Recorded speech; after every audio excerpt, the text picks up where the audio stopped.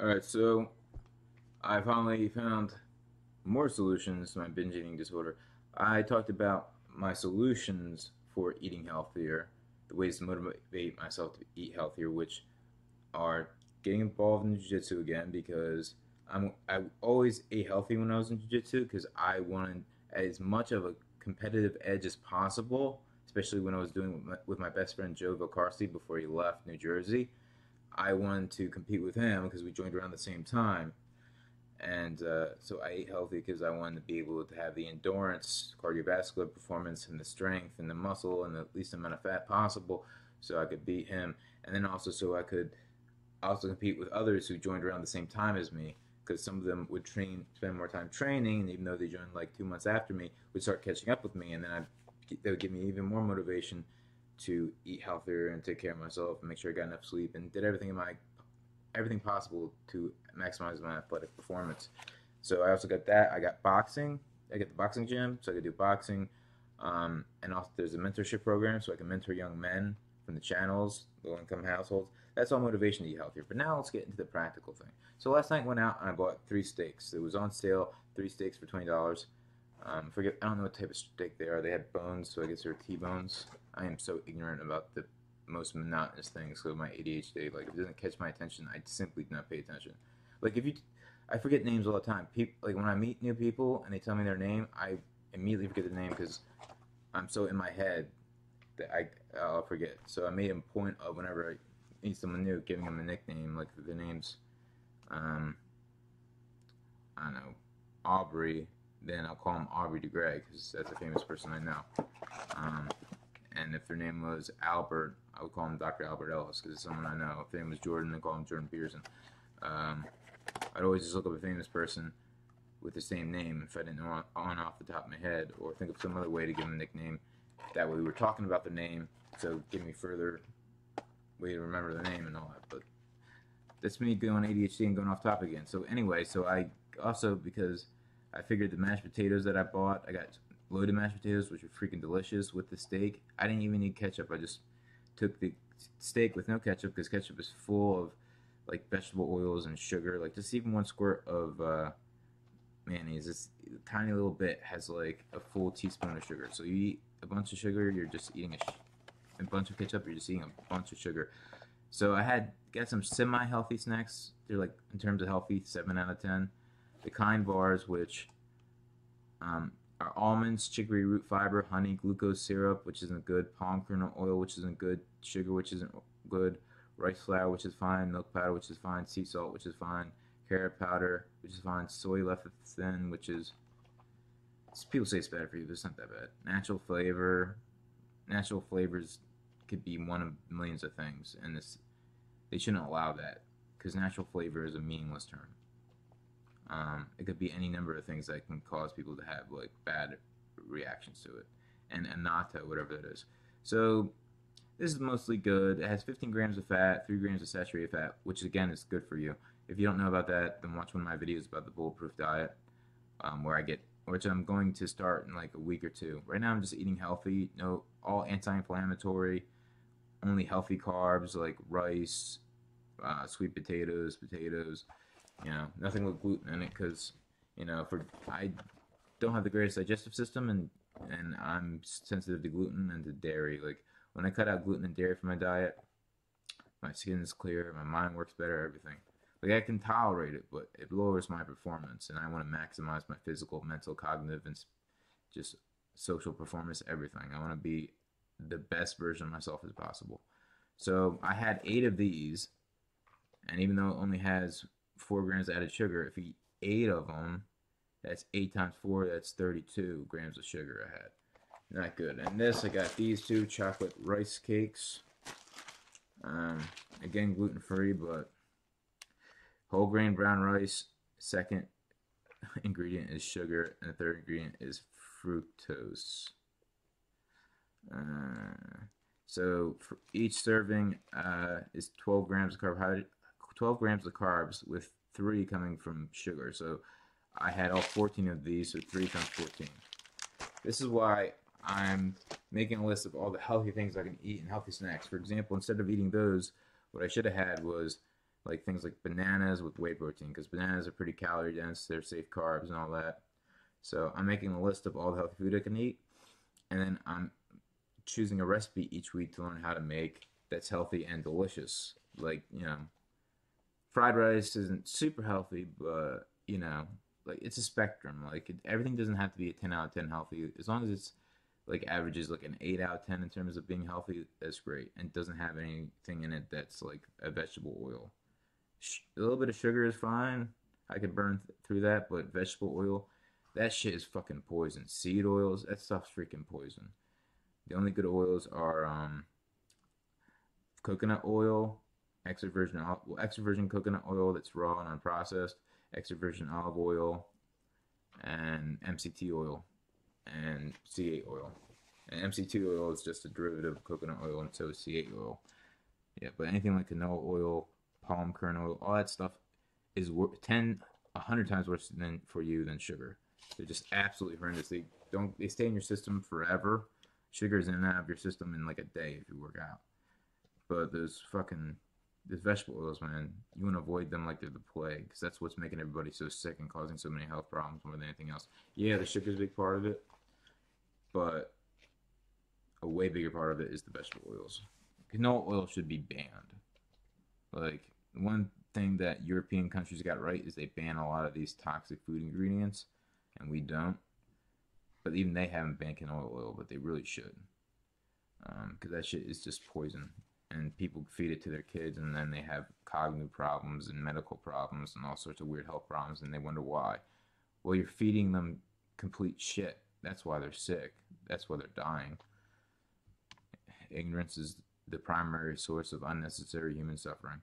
But anyway, so I'm getting healthy. I'm hoping to inspire other people to get healthy and teach them what I've learned from 20 years of trial and error trial and error and thousands of hours of research into nutrition and finding out what is actually true and what's bullshit. So if you're interested in that, leave a comment below. And when I make my video going over the bulletproof diet, or I'll just send you videos explaining the bulletproof diet. Maybe I'll make a playlist intro to the bulletproof diet and put that on my homepage. You guys let me know if you want that. Leave a comment below if you're interested in learning more about the bulletproof diet, the anti-inflammatory, high-fat, ketogenic diet that includes intermittent fasting. That makes me feel like when I've been eating that diet for a few weeks, especially a few months, and taking all my supplements that I take 15 supplements. I've tried hundreds. The only ones I take are the ones that where I felt or saw a difference within 2 or 3 days, and that those results stay the same. Like if I stop taking the supplement and I feel the same, then okay, I don't need a supplement right now. I can take some time off. But if I stop taking the supplement and I notice a decline in something, like when I stopped taking my multivitamin, I noticed that like I would get a runny nose or get a sore throat. I'm like, why? I never get sick. Why am I getting a sore throat and a bad like a little bit of a bad cough? Oh, well, I've been eating nothing but junk food and not taking my multivitamin for like 2 months, because during that whole process of breaking up with Kaylee, which was really a 3 month process of me wanting to break up with her and her saying let's try to make it work and me trying to make it work, and it just ending in terrible, awful fights where it just I tried to make it work week after week after week, and it didn't work. And then we just had a huge fight, and I just broke up with her. And she didn't actually kill herself like she said she would. Instead, she immediately hooked up with one of my friends, and I know the whole story behind that. So that fucking sucked. Anyway, so for the next week, no gluten, no dairy. I'll eat healthy carbs and all that, and that makes me feel amazing. I feel great today, even though I didn't eat 100% healthy, and I ate a lot of bad stuff in terms of the kind bars and the chocolate rice cakes. But I feel a hell of a lot better than having eaten nothing but junk food. And plus, I had that steak, and steak is so good for you. Steak is so goddamn good for you without any ketchup or sauce to make it crappy. Anyone who eats ketchup with steak, I mean, it's because it's really bad steak. Steak should taste good enough on its own that you don't need ketchup.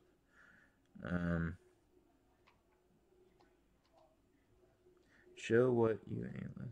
Yeah, I showed what I ate last night. A bulletproof diet, yeah, also includes 10 to 12 servings of vegetables per day, which I don't do, but I need to start doing. So I'm gonna learn like a vegetable stir fry, maybe with some chicken and all that, with like fried rice, so I can make myself like Japanese like hibachi, once or twice a week, because that stuff is delicious and really good for you. I know fried rice isn't 100% good for you, but at least you're not frying any fats. That's what really does you in is when you fry fats. Um, Anyway, so when I get like, all right. So when I feel really healthy, it feels like I'm on a drug. Just like when you're in love, you feel like you're on a drug. You know. I've never taken MDMA, but like people say that being in love is like being on MDMA without any of the negative side effects.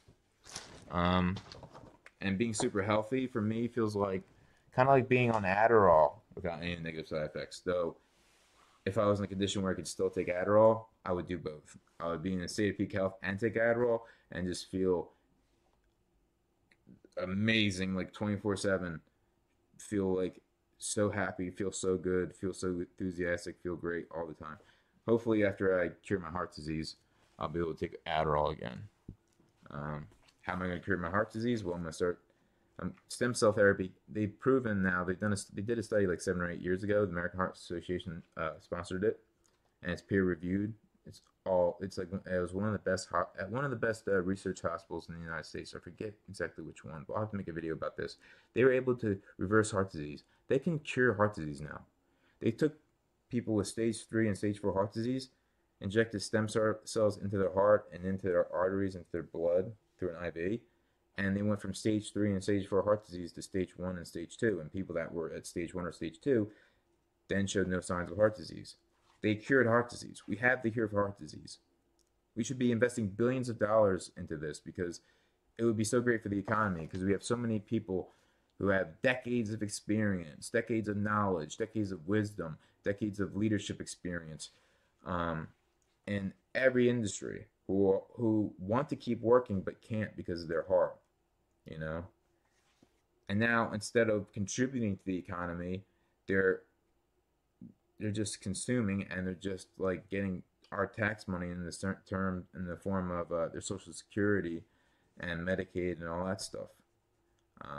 When we could just inject them with stem cells, their heart disease gets better and then they can keep working and keep contributing to the economy because most of these modern countries are below replacement level. Like Japan has a 1.4. Japan's population is dwindling rapidly because no one's having kids, and that's going to ruin their economy because you're going to have old people who need the tax dollars and young people who are going to be taxed to death to pay for those old people for their government benefits. There's going to be too many people feeding off the system and not enough people contributing to the system. And that could happen in the United States too. And I actually think the amount of immigration we have is good. I would prefer it to be legal, but we need more we need more workers in the United States because the baby boomers are retiring and they need their Medicaid, they need their Social Security, they need all their government benefits, and someone's got to pay into the tax system. So yeah, I know some of them just are leeches, but every person I've met who's Mexican works like 80 hours a week, and on the books, um, which I don't think is that hard for an illegal alien to do nowadays. Um, if they're working under the table, yeah, it's a net loss. At least their kids will work on the table. Um, but yeah, what was I saying? I have such bad ADHD. Um, why'd I get into the population thing? I was talking about the diet, how being healthy feels like it's a drug. Heart disease. Yeah, why we should cure heart disease. So yeah, I'm gonna start a cardiology podcast and then interview the researchers who did the studies and people who are experts in stem cell therapy, people on the frontier of it. Uh, the world's best cardiologists who write books about cardiology. I'll interview them on the podcast, figure out what's going on, so I can figure out what the most cutting edge treatments are and where I can go, which country, because there's a lot of countries we don't have it legal as a treatment here in the United States yet because big pharma runs everything. But there's plenty of other countries where you can get it done pretty affordably and by people who've been doing it for like 20 years with tons of experience and great reviews. So I want to find the best place I can get those treatments, and also anything else I can do in terms of biohacking or cutting edge cardiovascular treatments that could help reverse my heart disease, because I know it can be cured. If I could just get stem cells at least injected into my arteries with an IV, I would see a lot of benefit just from that. Because biohackers do that all the time, and they say it helps make them feel 10 years younger after they get it done. So, um, but yeah, like supplements play a huge role in me feeling. I, I went into often too many tangents in this video. In the future, I gotta stay more on point. So I'm gonna end it here. But in the future, I'm gonna try not to go off on tangents. I'll catch myself, and then in the future, I'll have video editing software so I can cut out the parts where I go off on tangents. But right now, all I have is a Chromebook, and it's slow, and video editing takes too much time for me to do it. But it is what it is for now.